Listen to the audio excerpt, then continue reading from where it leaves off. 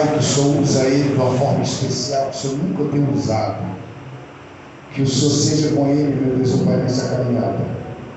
Que o Senhor guarda, Senhor, esse trajeto ao estado da Bahia. Pai, em nome do Senhor Jesus, que os anjos do Senhor vieram para ele. É como disse o salmista Davi: o Senhor guarda a nossa entrada, o Senhor guarda a nossa saída, desde agora e para sempre. Pai, eu não vou falar e nem vou colocar nas tuas mãos, porque na mão ele já está nas tuas mãos. Mas eu apresento ele mais uma vez nesse santo altar, para que ele possa ser usado pelo Senhor. Que ele não vem dizer nada deles mesmos, que não vem falar nada dele mesmo, mas que o Senhor usa de uma forma especial e maravilhosa, em nome de Jesus. Bate o pau para Jesus, recebe a Deus.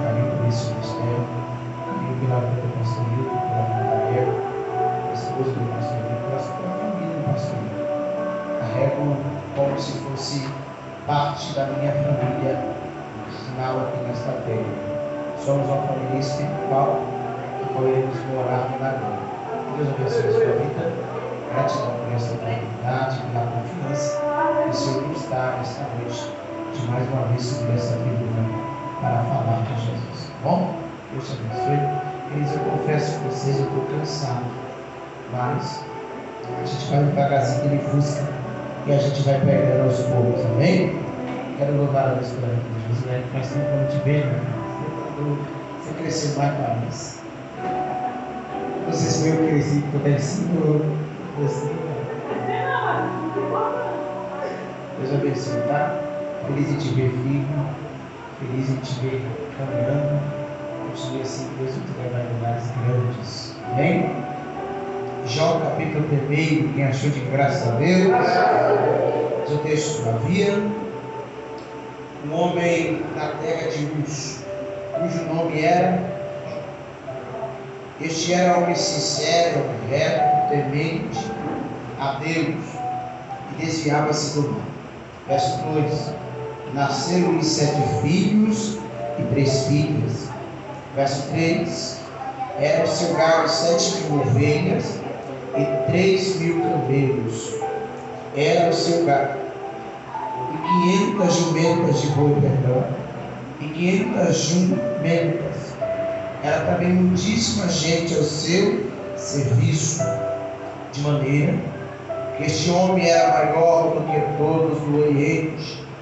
Verso 4: e iam seus filhos e faziam banquete em casa de cada um no seu dia, enviavam e convidavam as suas 3 irmãs, e comeram, beberam com eles.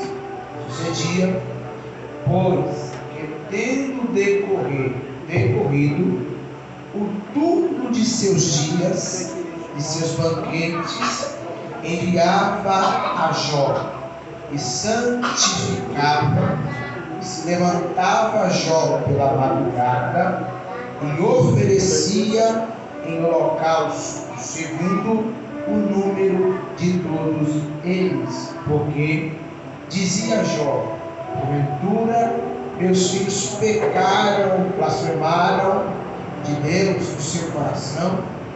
E assim fazia Jó continuamente. Verso 6, eu encerro. Vindo um dia em que os filhos de Deus vieram apresentar-se perante o Senhor, veio também Satanás entre eles. Amém? Pode se assentar.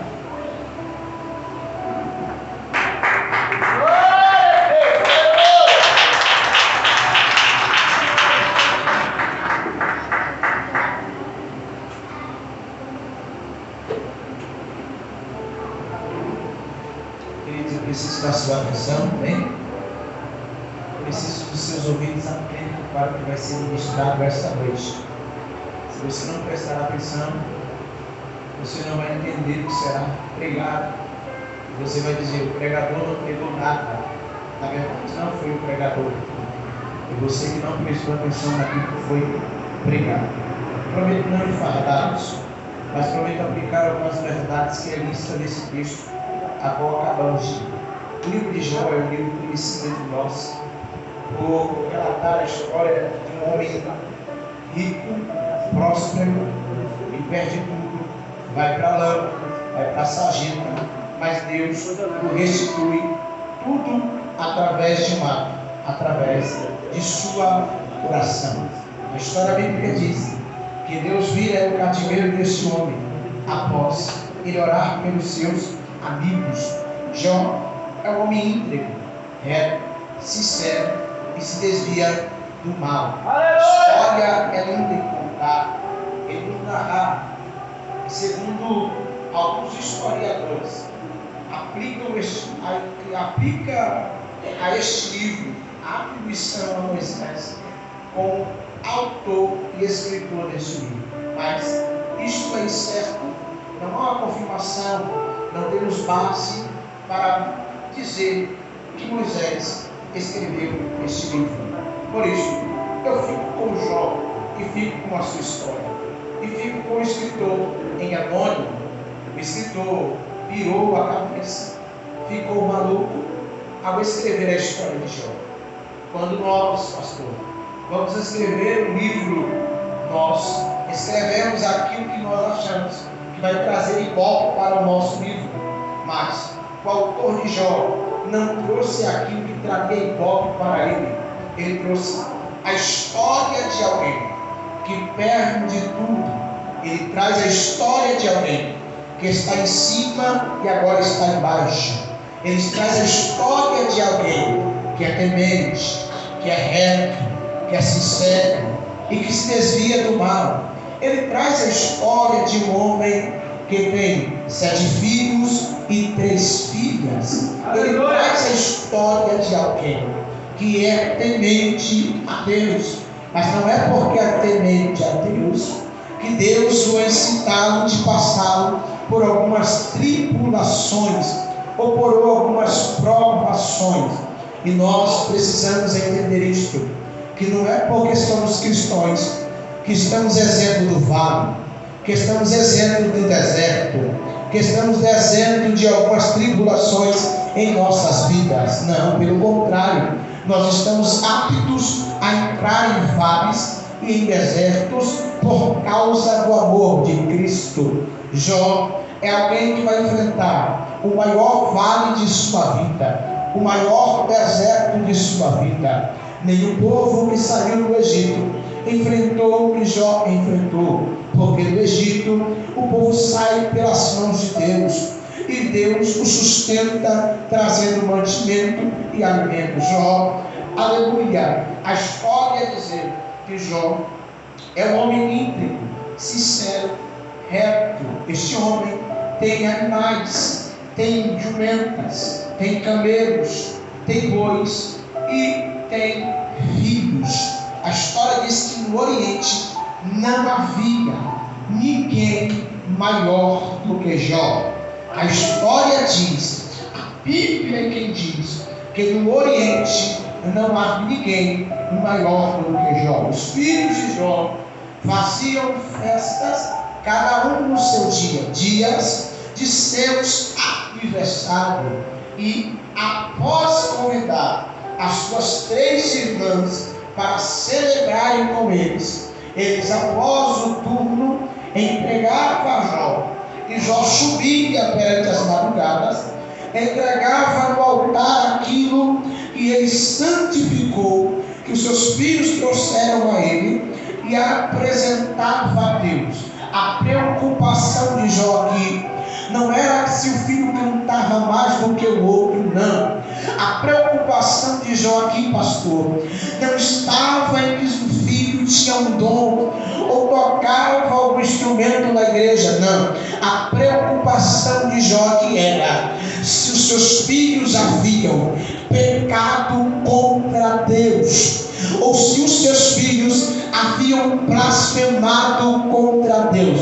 A maior preocupação de Jó não estava se eu não cantei bem, ou se eu não preguei bem, é se eu pequei contra Deus. E esta tem que ser a preocupação dos dias atuais.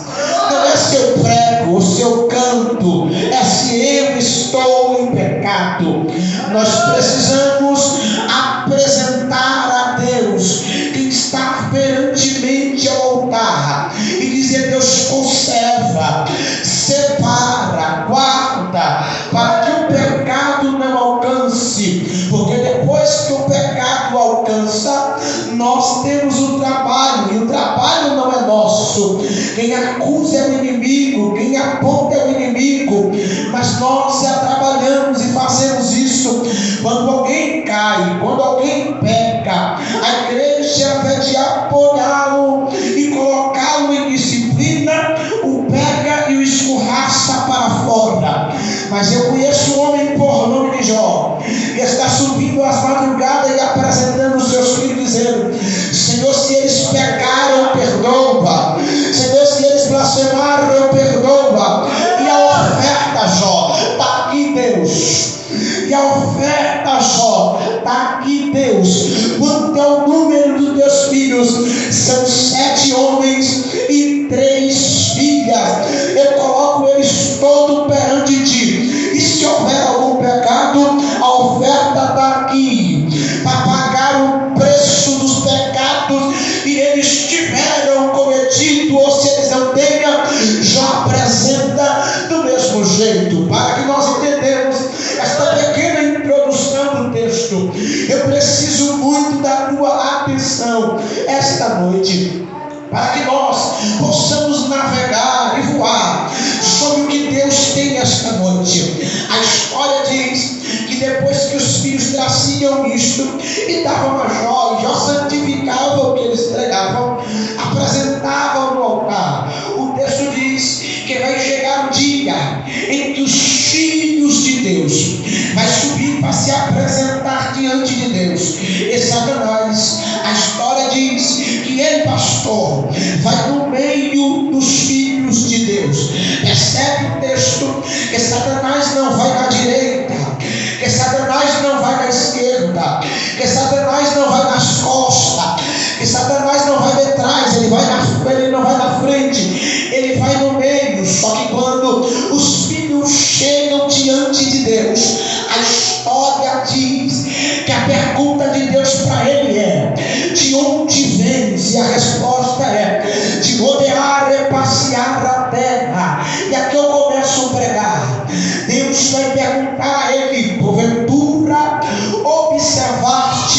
o meu servo Jó. Percebe que não é Satanás que está dizendo: Deus, eu vi Jó, ele é rico, ele é sincero. Não, antes que o diabo apresentasse alguma acusação sobre Jó, Deus já tinha visto ele primeiro. Antes que o diabo olhasse para Jó, Deus já tinha visto o diabo primeiro. Lá vai. Antes que o diabo tente contra a tua casa, Deus já o avistou primeiro. Antes que a macumbeira planeje fazer macumba, Deus já tenha visto a intenção do coração dela primeiro. Antes que o diabo reuniu todos os demônios na mesa do inferno, o céu já tem enxergado ele primeiro. É Deus dizendo que está debaixo da sombra, eu guardo. Quem está debaixo da sombra, eu guardo. O diabo pode planejar, o diabo pode arquitetar, mas só toca se eu deixar. Percebe? E ele chegou até Deus chegou, mas no céu ele não tem voz perante Deus. Tanto é que Deus intercede e está dizendo, como eu disse, ele não vem da direita, ele não vem da esquerda, ele não vem de trás, ele não vem na frente, ele vem no meio. E antes que ele achava que estava escondido, Deus já tem o visto primeiro. E a pergunta é: de onde tu vens? E ele diz: de rodear e passear pela terra. Tudo que o diabo sabe fazer é observar. Ele é tudo. Foi assim no Éden. Ele observou Adão, ele observou a Eva, e quando ele optou pela uma oportunidade, ele chegou e conversou. Ao conversar, ele introduz a mente da mulher ao pegar o fruto, reprovar daquilo que Deus falou que não era para provar. Percebe? E uma das maiores características do diabo hoje é persuadir a mente humana. Os teus pensamentos são os pensamentos que o diabo quer que você pense. Mas eu tenho uma palavra de Deus para quem vem no culto. Aonde tem um diabo para se apresentar para Deus, tem Jó para apresentar no altar. Aonde tem um diabo para apresentar para Deus, tem um Jó no altar. E quando tem um diabo dizendo, ela vai ser macumbeira, tem alguém na oração dizendo, vai ser pregador, vai ser cantor, vai ser tocador. Enquanto tem alguém para dizer, não vai parar, tem um Jó no altar apresentando para Deus. E o interessante da história é que depois que o diabo apresenta, Deus fala: porventura observaste meu servo Jó. E eu gosto do texto, não é porque Deus disse muito de Jó, não. Eu gosto do texto, não é porque Deus fala que é Jó, não. Já conhece quem é Deus. Aleluia. E Deus sabe das características que Jó tem. Eu gosto do texto porque Deus permite Jó ser provado, sabendo que ele é temente, e sabendo que ele é reto, e sabendo que ele é sincero. Por que Deus permite? Esta é minha indagação a Deus. Esta é minha indagação a Deus. A história diz que Deus, quando ele apresenta, e após Deus dizer: observaste o meu servo Jó, a história diz que ele vai dizer assim: tu cercaste ele de bens, e por isso ele é tão rico, e por isso ele tem bois, e por isso ele tem camelos, e por isso ele tem jumentas, e por isso ele tem tudo, e é mais rico que tudo.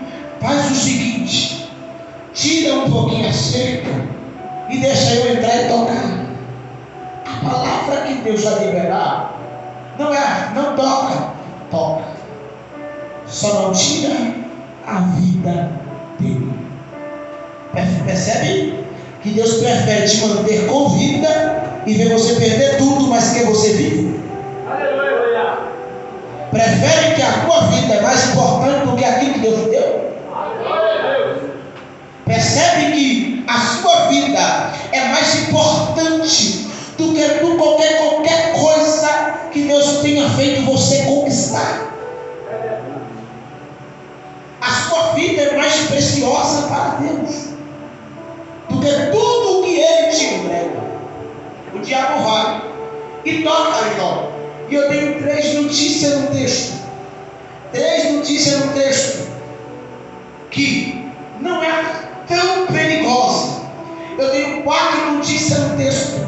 E a última e a mais perigosa de todas.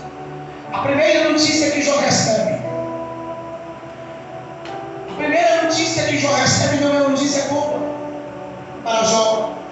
Poderia ser um dia normal, um dia qualquer, uma hora qualquer, um dia pela manhã, aonde Jó, pastor, acordou, os gatos saíram para passear, as ovelhas saíram para passeios, os camelos saíram para passeios, e como um dia normal, à tardezinha elas voltavam, entravam no aprisco, e Jó ia olhar elas, ver como ela estava, coisa de duração, não está no texto.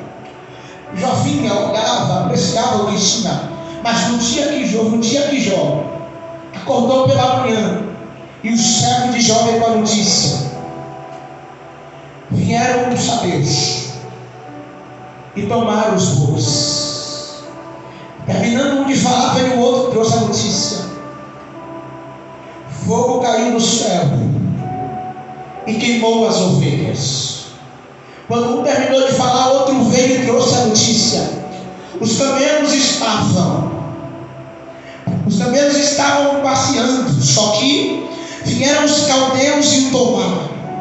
Quando eles terminaram, veio outro com uma notícia e disse: olha, estavam os teus filhos nos dias de seus banquetes, e as tuas filhas e tuas 3 filhas estavam com ele. 4 ventos soprou nos 4 campos da casa em que eles estavam, e a casa caiu e matou todos eles. E a Bíblia diz que Jó não murmurou, que Jó não blasfemou. Jó rasgou a veste, rapou a cabeça, desceu na cinza, olhou para o céu e gritou: no saí do ventre da minha mão, e nu eu tornarei para lá. Aqui lá vai o segredo, porque o diabo tentou a Jó e porque Deus permitiu. A Bíblia diz, e você lendo a história, você percebe que o que Jó tem com Deus é difícil de achar entre nós. Jó tem 2 comunhão. A primeira é com a terra e a segunda é com os céus. Jó tem comunhão com Deus e Jó tem comunhão com a terra. A família de Jó era unida. A família de Jó fazia confraternizações e convidavam as suas 3 irmãs para celebrarem. Esta família era alegre, esta família vivia em harmonia. Só que sempre quando Deus quer, aleluia, levantar alguém com alegria e comunhão, o capeta sempre tentará acabar com esta comunhão. E eu sinto muito em falar isso aqui, pesa o meu coração. O que o diabo tem mais tentado nos dias atuais é acabar com a comunhão da igreja. O que o diabo tem mais feito nos dias atuais é acabar com a comunhão da igreja. E sinto muito, a igreja tem se perdido nisto. É irmã falando de irmã, é irmão tacando pedra em irmão, e por isso cada dia que passamos tem mais gente saindo da igreja do que entrando nela. É por isso, aleluia, aleluia, vai segurar um pouquinho, mas daqui a pouco melhora. O diabo tem tentado acabar com a comunhão da igreja, mas aleluia, graças a Deus, que onde o diabo tenta sempre tem Jó que não perde a comunhão, porque perdeu as coisas. Eu acredito